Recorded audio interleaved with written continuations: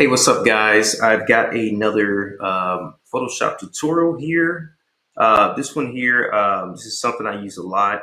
Um, especially when I have something like this where there's a lot of hair, and I want to get the background or the subject cut out as fast as possible. So this is one technique. Now, there's so many different techniques you can use, but this is one that I use here. Okay.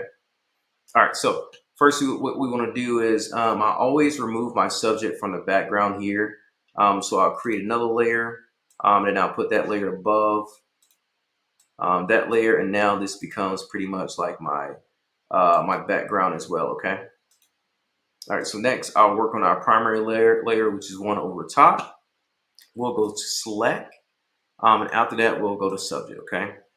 Now, once we do that, you're going to see another screen that pops up where it says it's processing. Here it goes right here. It's processing the image. All right, now that the subject is selected, what we want to do is we want to go back to select. All right, and here where we're going to go to select and mask, okay?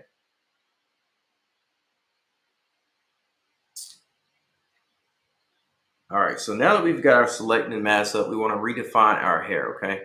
So we're going to click this button here. This is going to help us redefine our hair. All right, now that it's ready, we're going to scroll all the way down here to our output settings. We're going to click decontaminate colors, okay? And then we're going to hit OK.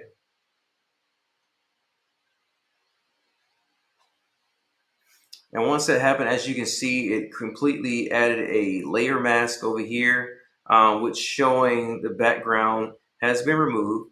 And just kind of to test, what you're going to do is we go down here and we'll fill in a solid color. And now we've got our solid color in there. I'm going to go to something where you can kind of tell the difference in the background and her. So as you can see, we've got the subject in the foreground and we've got her hair in the background.